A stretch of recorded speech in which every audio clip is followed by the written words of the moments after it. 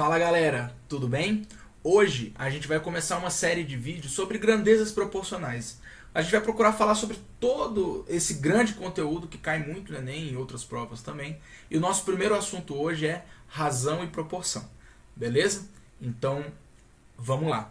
Vamos começar falando sobre a razão, né? O primeiro assunto dessa aula vai ser razão. Galera, o que é a razão? Razão é um outro jeito de falar de fração. Então, eu tenho aqui, ó, A para B. E é assim que a gente lê. A gente lê A para B. Ou um outro jeito de ler isso é A está para B. Esse é um outro jeito de ler isso aqui. Ok? Mas peraí, isso não é uma fração? Sim, isso é uma fração. Isso é só um outro jeito de representar essa fração. Beleza? Por exemplo, quando a gente está falando de fração, esse cara aqui de cima, a gente chama ele de numerador. E esse cara de baixo, a gente chama de denominador. A fração ela também é uma divisão. Quando isso é uma divisão, esse cara aqui de cima a gente chama de dividendo. O de baixo a gente chama de divisor. Só que agora a gente está chamando isso aí de razão. E quando a gente está chamando isso de razão, esse cara de cima se chama antecedente. Antecedente.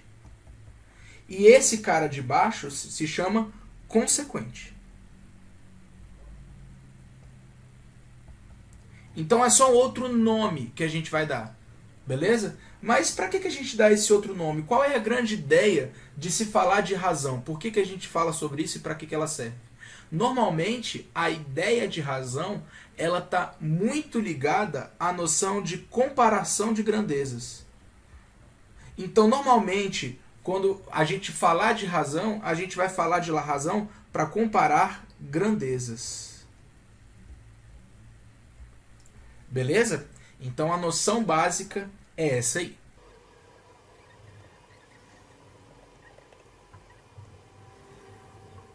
Bem, e quando a gente fala sobre razão, uma noção muito importante e muito interessante de se ter é a noção de razões equivalentes. O que são razões equivalentes? São razões que, mesmo escritas de maneiras diferentes, possuem o mesmo valor comparativo. Ok? Então vamos pegar um exemplo aqui. Ó. Se eu fizer a razão 3 para 5, é a mesma coisa que a razão 6 para 10. Que é a mesma coisa que a razão 9 para 15. Por quê?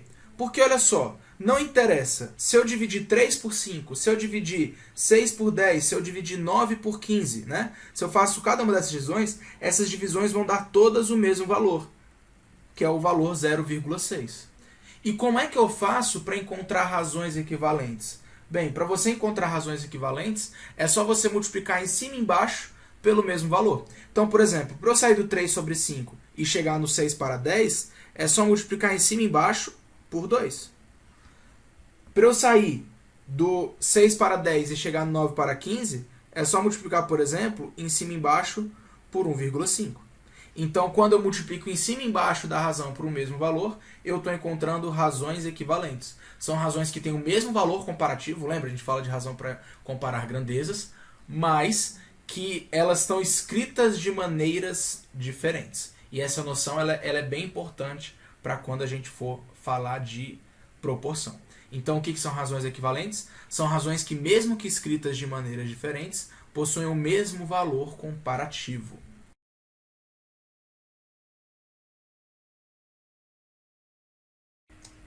Beleza, galera?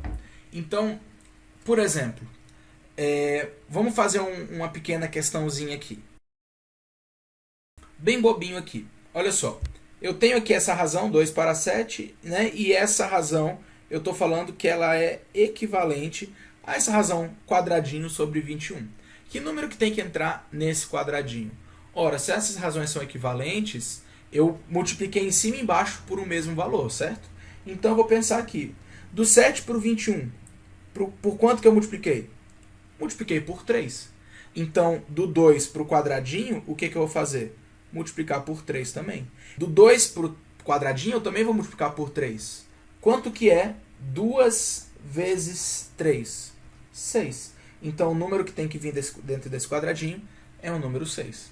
Beleza? Essa noção ela é muito útil quando a gente vai falar de proporção. Às vezes você consegue resolver problemas de proporção lá na frente de semelhança de triângulos, que vocês vão falar na semelhança. A gente consegue resolver usando só essa noção de razões equivalentes. Tudo bem? Então, sabendo o que é uma razão, a gente consegue definir o que é uma proporção. Eu tenho certeza que você ouve falar da palavra proporção há muito tempo, mas se eu te pedir para definir uma proporção, você não sabe. O que é uma proporção? Proporção é uma igualdade de razões. Isso é uma proporção, uma igualdade de razões. Então, quando a gente está mexendo com razões equivalentes, a gente está mexendo com uma proporção. Então, eu tenho aqui uma razão A para B e uma razão C para D. Quando eu tenho duas razões e essas razões são iguais, eu tenho o que a gente chama de uma proporção. Beleza? Ela pode estar escrita assim, ou menos comum, mas ela pode estar escrita assim. Ó. Eu tenho a razão A para B, e essa razão A para B é igual à razão C para D. Esse é outro jeito de escrever razões, ok? E como é que a gente lê isso? A gente lê A está para B, assim como C está para D. Beleza, galera? Tranquilo? E numa proporção, essas letrinhas A, B, C e D, elas possuem nomes, ok? Então vamos falar dos nomes delas aí. O B e o C, olhando para cá, fica mais fácil da gente definir. O B e o C que estão no meio, olha só que curioso, são chamados de meios da proporção. E o C e o D que estão na extremidade são chamados de extremos. Falei C e D, galera, foi mal. E o A e o D, perdão. E o A e o D que estão na extremidade são chamados de extremos. Beleza, galera? Tranquilo essa noção? Então, o que é uma proporção? Proporção é uma igualdade de razões. Então, vamos deixar aqui até marcado. Ó. É uma igualdade de razões. Beleza?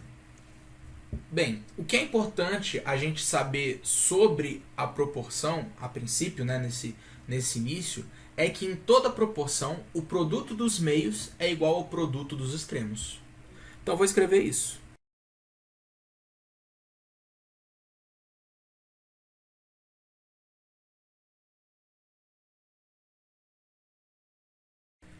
E essa frase que a gente disse aqui agora, ela tem um nomezinho aí. Se você procurar em alguns livros didáticos, você vai encontrar isso com o seguinte nome: propriedade fundamental da proporção. Então, peraí. Propriedade fundamental da proporção. Vamos escrever isso. Uma proporção ela pode ser escrita aqui. A está para B, assim como C está para D. Eu estou falando que o produto dos meios, B e C, é igual ao produto dos extremos, A e D.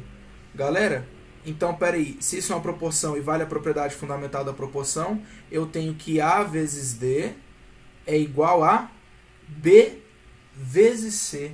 Peraí, galera, o que a gente fez aqui? Eu multipliquei B por C e A por D. É o que normalmente vocês chamam de quê? É o que normalmente vocês chamam de multiplicação cruzada.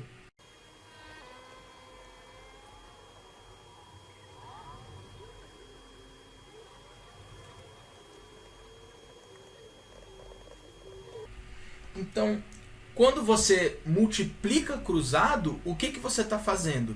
Você está aplicando a propriedade fundamental da proporção. Beleza? Então, vamos agora fazer um pequeno exercício sobre proporção para a gente encerrar esse primeiro vídeo. Beleza? Beleza, gente. Então, o exercício que a gente vai fazer é esse aqui. Uma indústria prepara combustível utilizando álcool e gasolina em quantidades proporcionais a 4 e 7, respectivamente. Com 7.200 litros de álcool, quantos litros de gasolina devem ser misturados? Então vamos pegar a interpretação. Ele fala que ela mistura álcool e gasolina em quantidades proporcionais a 4 e 7. Ou seja, ele fala que 4 está para 7, assim como a quantidade de álcool está para a quantidade de gasolina. Beleza? E olha as informações que ele deu aqui. Ele deu que nós temos 7.200 litros de álcool.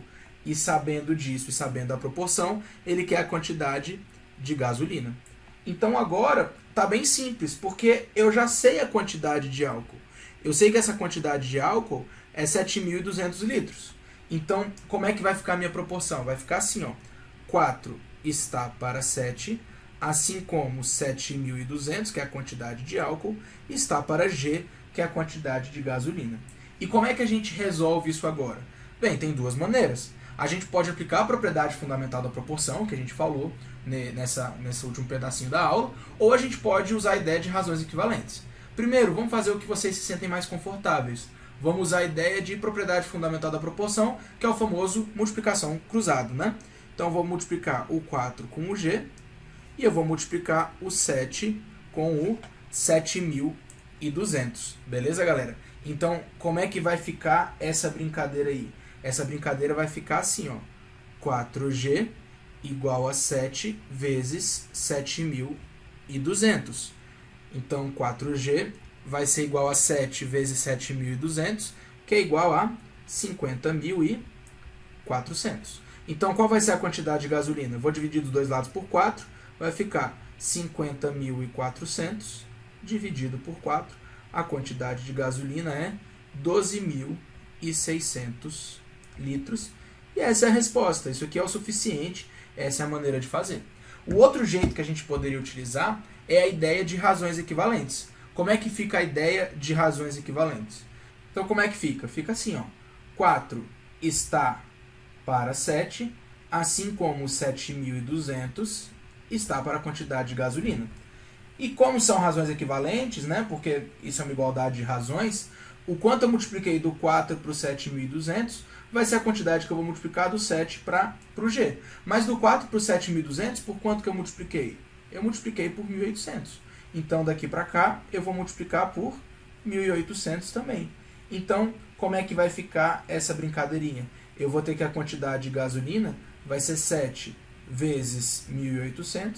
Então, a quantidade de gasolina vai ser 12.600 litros, ou seja, o mesmo resultado.